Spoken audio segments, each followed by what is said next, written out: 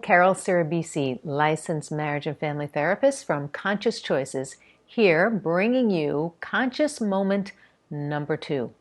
Last week at the webinar that we had on Friday, we talked about, one of the questions came up was about how can I manage my temper when people around me are not following the safety protocols that we have in place right now. And we talked about how to manage our own anxiety about that. But today, I think it's important to remember when we get aggravated that the people we're seeing who are not seemingly taking things seriously, who may be almost in their own reality, in other words, they're not really dealing with what's apparently going on right now. It may be because they are feeling so afraid and so vulnerable and so powerless that their ego is trying to protect them from being so out of control. So remember, we've talked about how when we're in fear, when we feel fear, fear activates the primitive part of our brain. And when the primitive part of our brain is activated, it triggers our ego. And our ego is always looking for a way to manage the situation.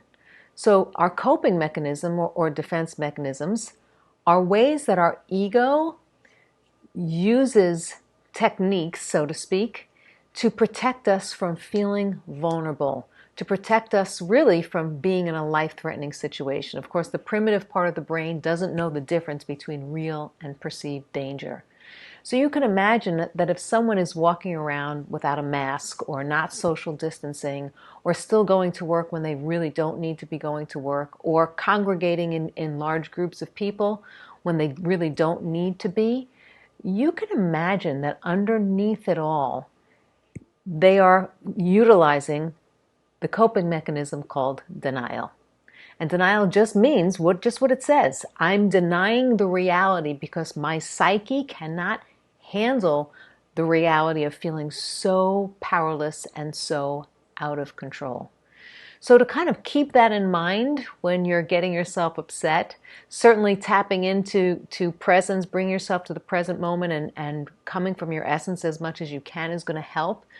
But understanding the vulnerability that underlies the denial that you're seeing out there may help you feel a little bit more compassion rather than anger and resentment toward the people out there who are not behaving the way you wish that they would.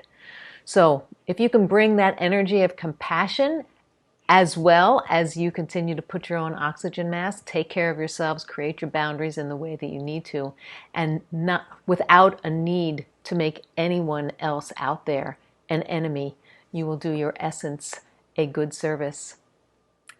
Have a good weekend. I love you. Be safe. Stay healthy.